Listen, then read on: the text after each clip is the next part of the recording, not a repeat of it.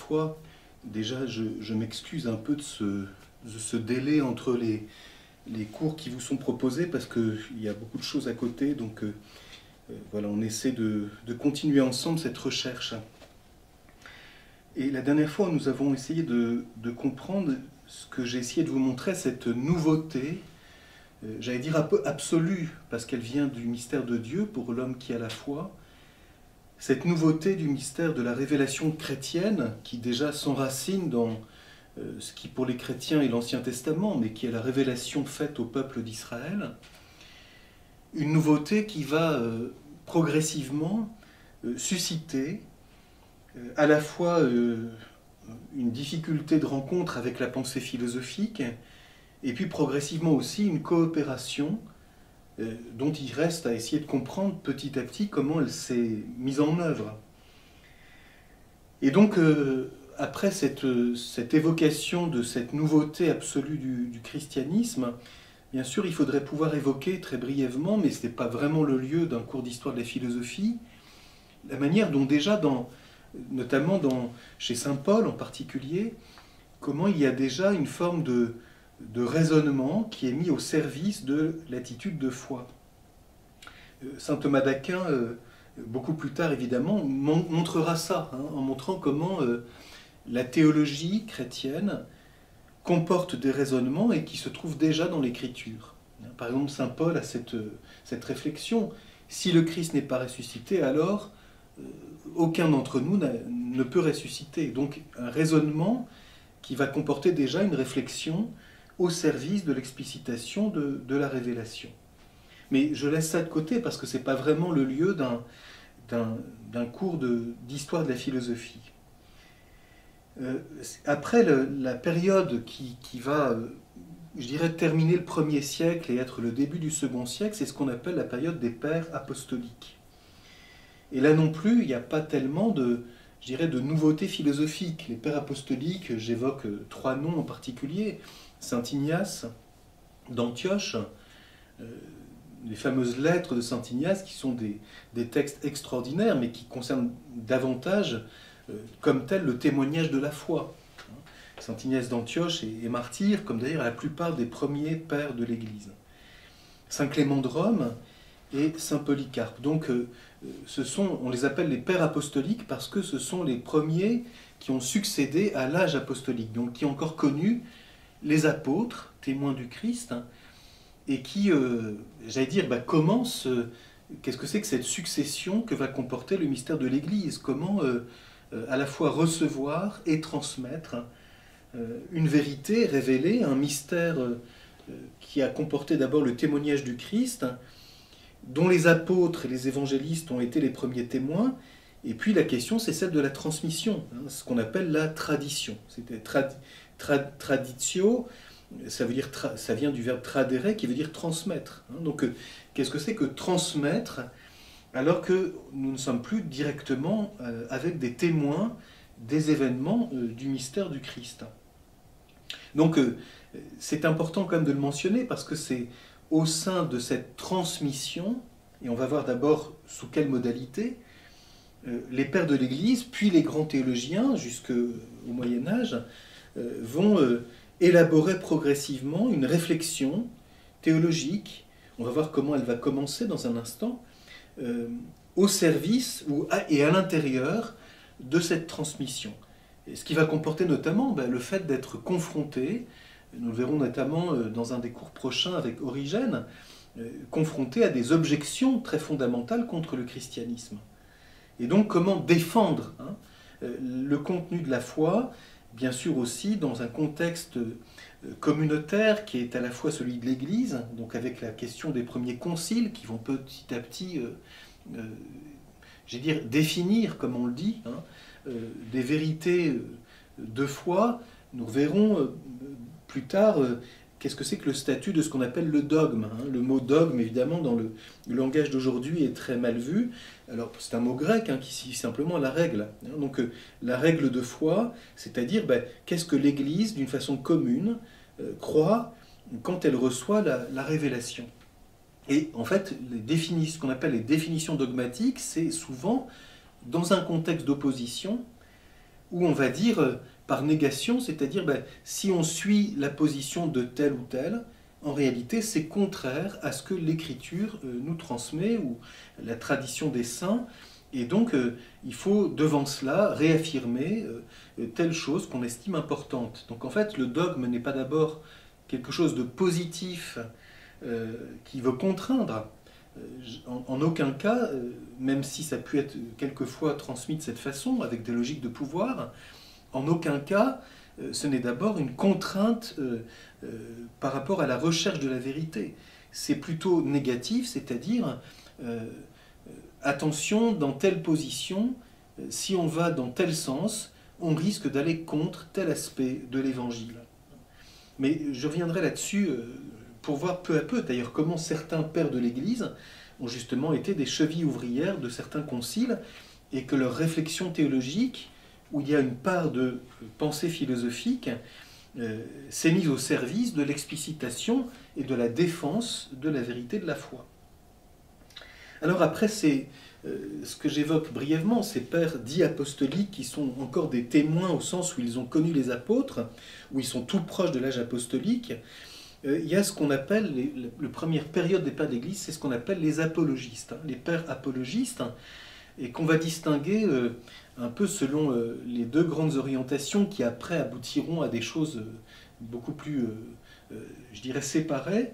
C'est d'une part les pères apologistes grecs, je ne vais pas tout développer, je retiendrai un nom que nous allons évoquer brièvement aujourd'hui, c'est Saint Justin, et puis les pères apologistes latins, dont la figure de proue, peut-on dire, est Tertullien. Donc je situe brièvement les dates pour qu'on voit bien. Saint Justin, on estime qu'il est né à peu près en l'année 100 après Jésus-Christ, et il est mort martyr aux alentours de 163. Et puis Tertullien, sur lequel nous viendrons la fois prochaine, est né vers 155 et mort en 220, et on est sûr de la date de son apologétique qui date de 197. Donc on voit bien, on est déjà avec Tertullien presque un siècle après la fin de l'âge apostolique. Alors Saint Justin, très brièvement. Saint Justin, on le considère comme un apologiste parce que son souci, et là on voit apparaître les premières dimensions très concrètes de ce qu'on va appeler progressivement la théologie chrétienne, c'est d'abord, dit-il, de défendre les positions fondamentales du christianisme. Et donc quand on parle d'apologie, ce n'est pas l'apologétique tardive telle qu'on l'a connue encore il y a un siècle.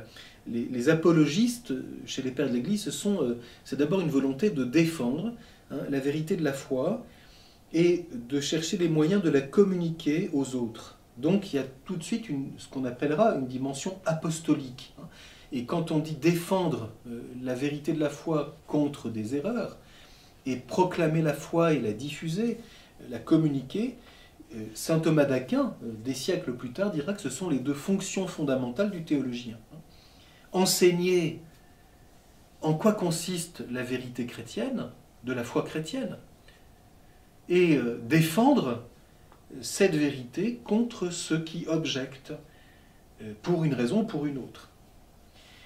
Et donc, Saint Justin, et c'est ça qui est intéressant pour nous dans ce cours, c'est le premier qui va, il est d'ailleurs aujourd'hui le patron des philosophes, et Saint Justin est quelqu'un qui va considérer que la philosophie, notamment celle de Platon, on va y revenir, joue un rôle majeur dans la mesure où elle est déjà une participation à la vérité de Dieu. C'est Eusèbe de Césarée qui dit à propos de Saint Justin qu'il a prêché le logos divin, donc je vais revenir là-dessus dans un instant, sous l'habit du philosophe. Donc Saint Justin, il est de langue grecque, il a été formé à la philosophie grecque, et il raconte dans son dialogue avec Tryphon, qui est une de ses œuvres majeures, le récit de sa conversion. Et il dit que, cherchant la vérité, on va revenir là-dessus tout à l'heure, il est allé rencontrer un stoïcien qui ne l'a pas du tout convaincu, puis il est allé voir un péripatéticien, donc un disciple de l'école aristotélicienne qui lui a demandé des honoraires, donc il a trouvé ça tout à fait insupportable, et finalement il a rencontré des platoniciens qui, pour lui, ont été quelque chose de très important parce qu'il dit qu'ils ont éveillé chez lui le sens des choses invisibles. À tel point, dit-il, qu'il a eu l'illusion qu'en lisant Platon, il finirait par voir Dieu. Donc il y a chez lui ce sens d'une dimension très spirituelle de la philosophie, et Platon, ou le platonisme, est tout de suite pour lui quelque chose de très important. Et apparaît du coup chez lui un souci, j'ai dit, le souci des apologistes, c'est de défendre la vérité de la foi et de la transmettre, de la communiquer. Alors chez lui, ça va prendre 3 notes particulières. C'est d'abord le caractère universel de la vérité révélée. Deuxièmement, c'est le fait qu'elle rejoint quelque chose de profondément humain. Le message chrétien est à la fois pour tous les hommes, donc apparaît ici le sens de l'universel qui bien sûr rejoint la disposition philosophique grecque qui, au-delà des modalités particulières de telle ou telle façon de vivre, recherche quelque chose de commun à tous les hommes, c'est-à-dire quelque chose qui concerne l'homme en tant qu'homme. Et puis, le message chrétien est profondément humain, c'est-à-dire il ne détruit pas l'homme, au contraire, il vient chercher dans l'homme ce qui est le meilleur pour Saint Justin. On pourrait dire donc c'est à la fois l'extension du message chrétien et sa profondeur, sa manière profonde de rejoindre ce qu'il y a de meilleur dans l'homme. Et il ajoute un 3e aspect, dit-il, il voit que en tout cela, il y a un accord profond, quoique insuffisant, entre le message chrétien et ce qu'il y a de meilleur dans la pensée grecque, qui pour lui réside dans le platonisme. Alors il développe un petit peu cela dans ce dialogue avec Tryphon, qui c'est une belle œuvre qu'il faut avoir lue, et dans ce dialogue avec Tryphon, il raconte sa conversion, et donc il dit que d'abord il a été touché par cette philosophie platonicienne, lui donnant le sens des choses invisibles, des choses spirituelles, mais, dit-il, il a aussi, voulant mener une vie solitaire, il s'est rendu au bord de la mer, et là, il a rencontré un vieillard qui lui a montré que la seule vraie philosophie se trouve dans le logos divin, et donc c'est ce qui l'a amené à se convertir au christianisme. Un historien du XXe siècle, bien connu, qui connaît bien l'Antiquité, le début de l'Antiquité chrétienne, notamment la pensée de saint Augustin, mais avant, donc Henri-Irénée Marou, qui a beaucoup étudié le passage de l'Antiquité grecque à l'Antiquité chrétienne, dit que saint Justin est le premier qui ait montré chez les pères de l'Église la nécessité de la révélation. Autrement dit, étant philosophe, il voit qu'il y a quelque chose qui n'est pas entièrement satisfaisant. Parce que, dit-il notamment, je constate qu'il y a des contradictions entre les philosophes. Ça veut dire que chacun a saisi quelque chose de vrai peut-être, mais ça veut dire aussi que ça demeure partiel. Et donc derrière cela, il y a quelque chose de très profond, et qui est une conviction de saint Justin. Pour lui, la philosophie, c'est l'amour et la recherche incessante de la vérité. Et il y a quelque chose de très profond, de très beau. C'est pour ça qu'on dit que c'est le patron des philosophes, au sens où tout de suite il va, je dirais, dans l'essentiel de la démarche philosophique, c'est une recherche de la vérité. Et bien que Platon ait été sur son itinéraire, nous retrouverons la même question chez saint Augustin, c'est en partie insuffisant, bien que la philosophie grecque participe déjà, nous allons le voir dans un instant, au logos, c'est insuffisant, et la révélation est nécessaire pour parvenir à la vérité plénière. Et voilà pourquoi il dira que le christianisme est finalement la seule vraie philosophie. Entendu dans ce sens que c'est ce qui nous porte à la vérité plénière. Donc il a cette affirmation, le logos divin s'est révélé partiellement aux Grecs et aux barbares, et la raison universelle, le logos universel, je viens d'évoquer ce sens des choses universelles, en est une première manifestation. Donc on voit ici, chez saint Justin, tout est vu dans la lumière du logos. Et la philosophie, comme l'amour et la recherche de la vérité, c'est une première, en tant qu'elle développe le logos humain, c'est une première participation à ce logos divin, éternel et personnel qui est en Dieu. Je cite ici une affirmation de saint Justin dans sa deuxième apologie. Donc je vous ai dit qu'il y a le dialogue avec Tryphon, qui est un récit plutôt autobiographique et qui montre comment, en dialoguant avec Tryphon, il justifie sa conversion chrétienne. Mais ensuite, saint Justin a écrit deux apologies. Donc, apologie du christianisme, c'est-à-dire manifester la splendeur du christianisme. Et il a cette phrase dans la deuxième apologie, au livre 8, chapitre 1. « En tout homme se trouve un logos qui participe au logos divin et qui est comme une semence créée du verbe incréé, transcendant, spirituel et personnel. » On voit apparaître donc chez saint Justin un thème très important qu'on retrouve jusque dans la pensée contemporaine à l'intérieur du christianisme. Du point de vue de la foi chrétienne, toute vérité, y compris une vérité que l'homme peut découvrir par lui-même, est quelque chose qui a à voir avec la sagesse divine. Elle est une semence créée du verbe incréé. C'est un langage qu'on trouve chez les pères de l'Église et qu'on retrouve jusque dans la théologie contemporaine, quand on parlera notamment des semences du verbe dans les traditions religieuses diverses et variées. Ça procède non pas d'une volonté de tout ramener à soi, que tout finalement est chrétien, c'est pas ça du tout, c'est le respect du point de vue de la foi, de l'intelligence humaine, qui, capable de la vérité, a quelque chose à voir d'une parenté avec Dieu, qui pour le chrétien s'est révélé dans le Christ et s'est révélé comme Logos.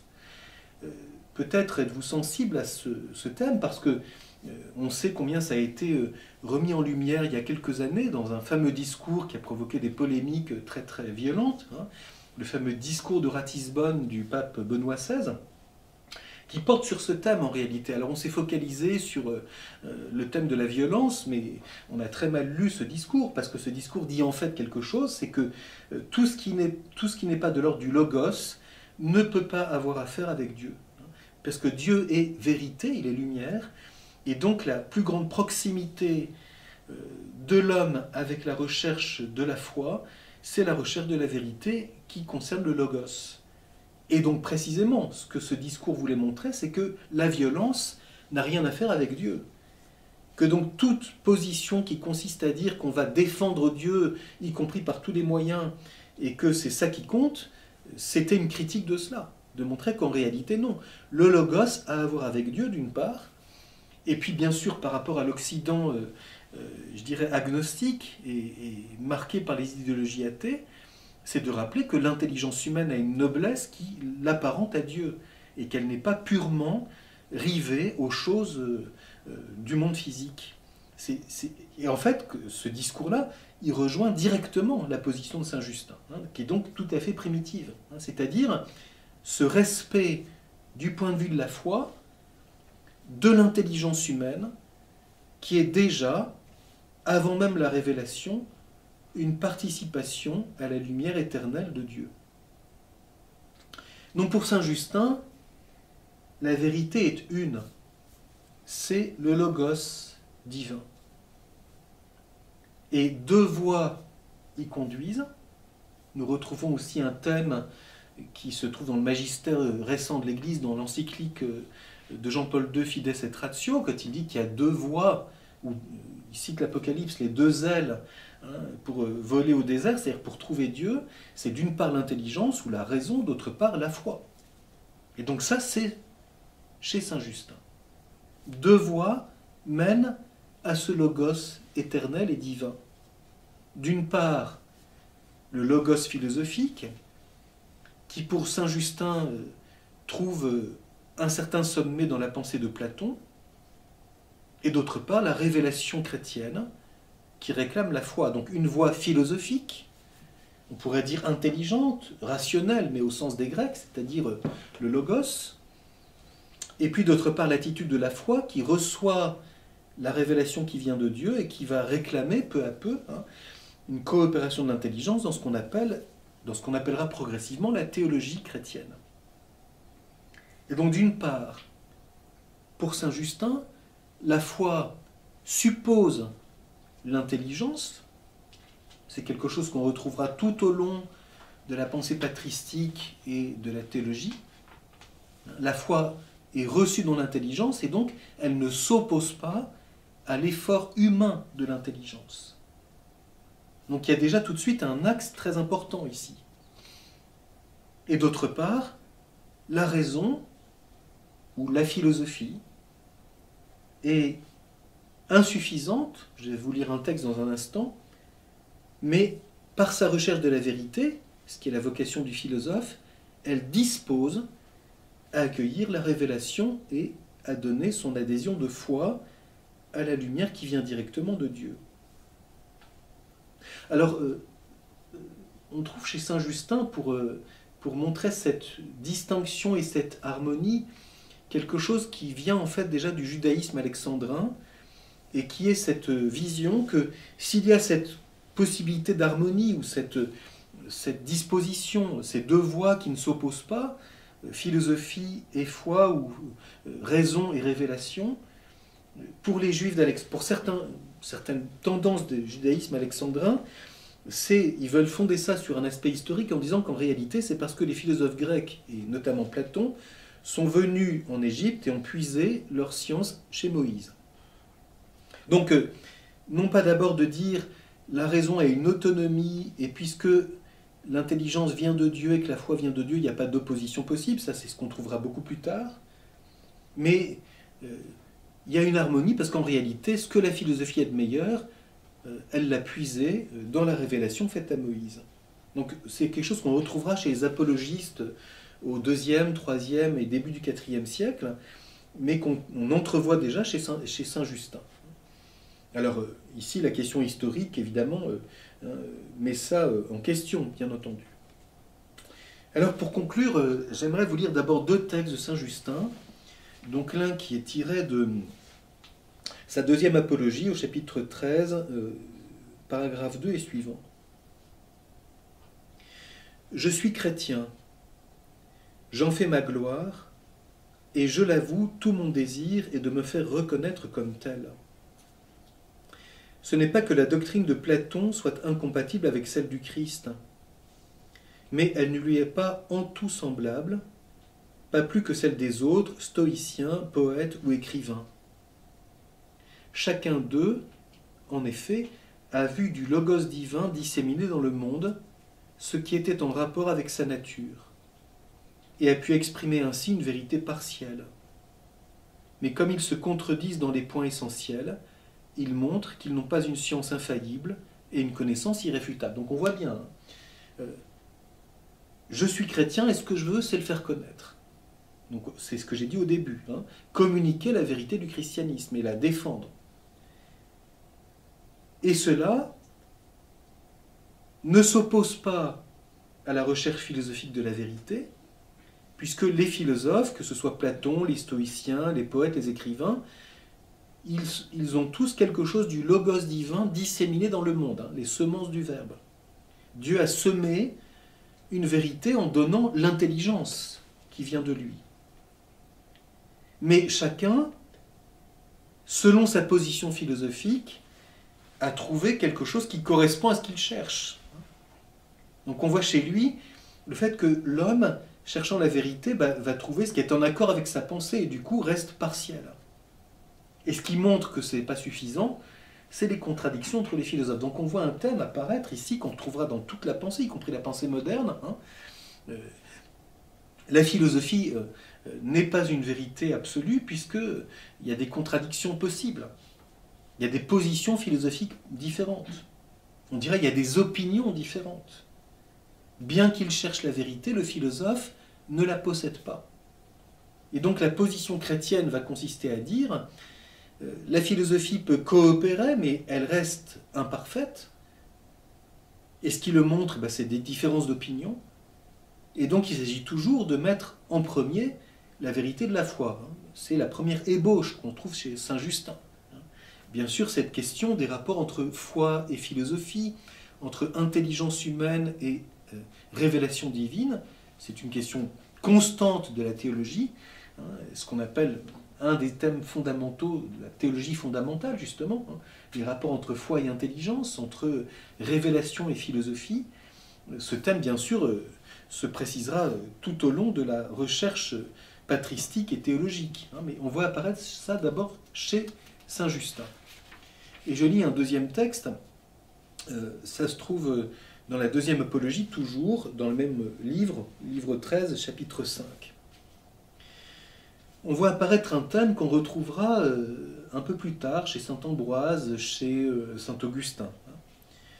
Tout ce qu'ils ont enseigné de bien, donc les philosophes, nous appartient à nous chrétiens. Selon la tradition, c'est saint Ambroise, aujourd'hui on dit que c'est le pseudo-Ambroise qui a dit cela, bon, c'est une affirmation que saint Augustin évoque et puis qu'on retrouvera reprise très fréquemment dans la théologie médiévale. Hein. Toute vérité, quel que soit l'homme qui dit cette vérité, hein, vient de l'Esprit Saint et donc intéresse le chrétien. Hein. Donc on voit que le point de contact, c'est ça qui m'intéresse ici, le point de contact entre la philosophie et la foi, pour Saint Justin, c'est tout ce qu'ils ont dit de bien, et donc de vrai aussi, appartient aux chrétiens en sens que la foi comporte une adhésion à une vérité révélée. Et donc le point de rencontre, c'est à la fois ce qui est bon, donc ce qui est bon pour l'homme, ce que j'ai évoqué tout à l'heure. Hein. La révélation chrétienne ne détruit rien de ce qui est vraiment humain, de ce qui est bon pour l'homme. Et d'autre part, elle est une adhésion, ou elle est une révélation d'une vérité qui réclame l'adhésion de foi et qui donc vient rencontrer la philosophie en tant qu'elle cherche la vérité et qu'elle y participe. Donc tout ce qu'ils ont enseigné de bien nous appartient à nous chrétiens, car après Dieu nous adorons et nous aimons le Logos, né du Dieu éternel et ineffable, puisqu'il s'est fait homme pour nous, afin de nous guérir de nos maux en y prenant part. Les écrivains ont pu voir indistinctement la vérité, grâce à la semence du Logos qui a été déposée en eux. Donc ce qui est à dire leur intelligence. Les philosophes, les écrivains ont pu voir la vérité, hein, parce qu'il y a en eux quelque chose qui provient du Logos de Dieu, qui est leur intelligence, hein, le Logos humain. Mais autre chose est de posséder une semence et une ressemblance proportionnée à ses facultés. Autre chose, l'objet même dont la participation et l'imitation procèdent de la grâce qui vient de lui. Hein. Donc, l'intelligence humaine participe au Logos divin, mais autre chose, cette participation, qui est donc par le fait même une partie, hein, quelque chose de partiel. Autre chose, l'objet que l'on cherche, qui est le Logos divin.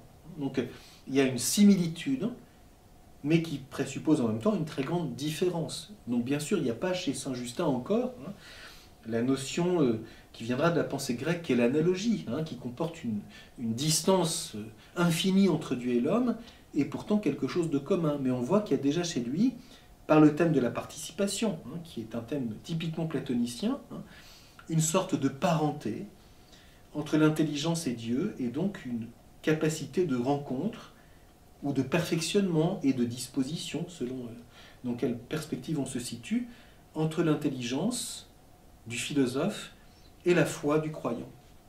Alors ceci renvoie en fait, pour Saint Justin, à une fameuse affirmation qu'on trouve dans l'évangile de Jean, et c'est avec ça que je conclus.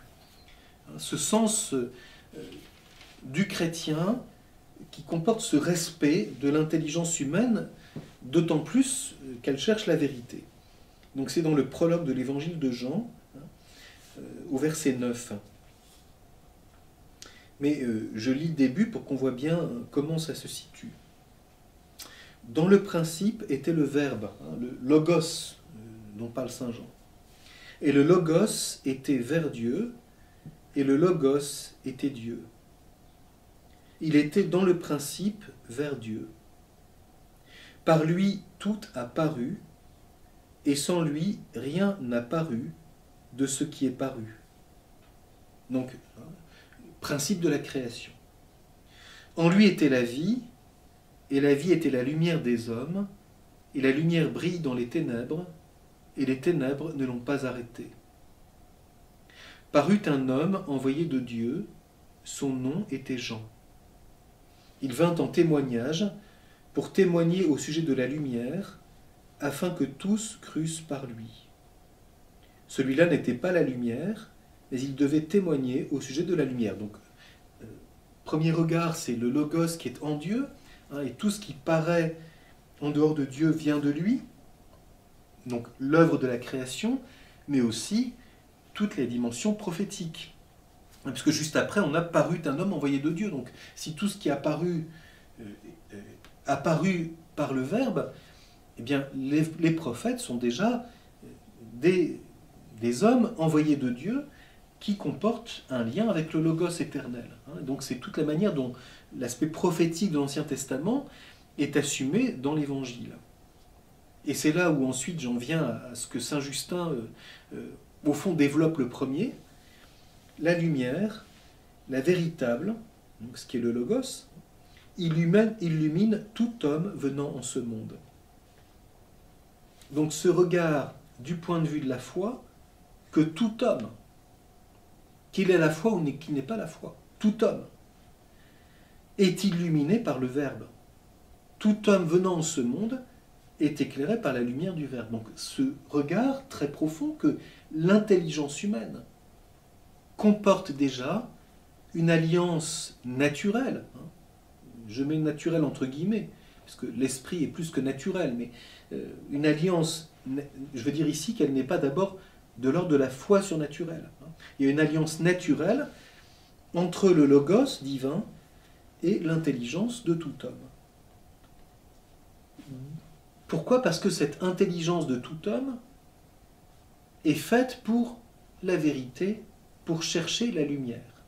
Or, la lumière véritable, c'est-à-dire parfaite, ultime, la vraie lumière, c'est le Logos divin. C'est le mystère même de Dieu. Il était dans le monde, et par lui le monde a paru, et le monde ne l'a pas connu, etc. Je ne poursuis pas pour le moment, mais voyons bien, au fond, saint Justin, premier apologiste grec, c'est cet homme qui a le sens de cette distinction et de cette rencontre possible entre l'amour et la recherche incessante de la vérité, qui est l'attitude philosophique, et qui, au fond, épanouit l'intelligence humaine dans ce qu'elle a de plus naturel et de plus profond, donc d'une part, et d'autre part, la foi, adhésion à la révélation dont l'initiative vient de Dieu et qui est directement liée au Logos personnel, éternel, subsistant en Dieu. Donc, ce qui fait l'unité et la rencontre possible, c'est le mystère du Logos. La foi est réception du Logos divin. La philosophie est, parce qu'elle épanouit le Logos qui est dans l'homme, participation au Logos de Dieu. Et donc, le point de rencontre, c'est du point de vue de la vérité et de la lumière. La foi est une lumière surnaturelle, l'intelligence est faite pour la lumière de la vérité, puisqu'elle est elle-même une participation, une semence créée du Logos éternel. Alors, c'est une très brève présentation de saint Justin, mais nous voyons bien que le premier aspect, ça va très loin, c'est que pour faire l'apologie de la vérité chrétienne, saint Justin fait fondamentalement confiance à l'intelligence humaine.